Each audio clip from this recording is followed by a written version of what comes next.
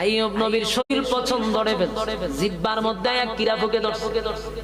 এতদিন আইয়ুব নবী পোকার কামড় সহ্য করছে, একটা বারের জন্য আল্লাহর কাছে কোনো অভিযোগ করে নাই, আল্লাহর জিকির বন্ধ করে না। যেই মাত্র জিহ্বার মধ্যে কীড়া ফুঁকে ধরছে, আইয়ুব নবী একটা ডাক দিয়া কয়, আল্লাহ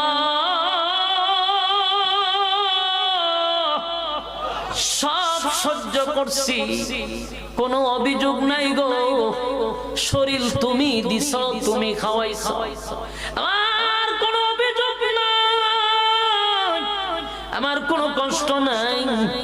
কিন্তু আল্লাহ আজকে আর পারলাম না, যে জিহ্বাটা দিয়া আমি তোমার নাম উচ্চারণ করি গো মালিক, আমি তোমার নাম যখন জপি আমার শরীরে কীড়া পোকের কামড়ের চেয়ে তোমার নামের মজা অনেক বেশি।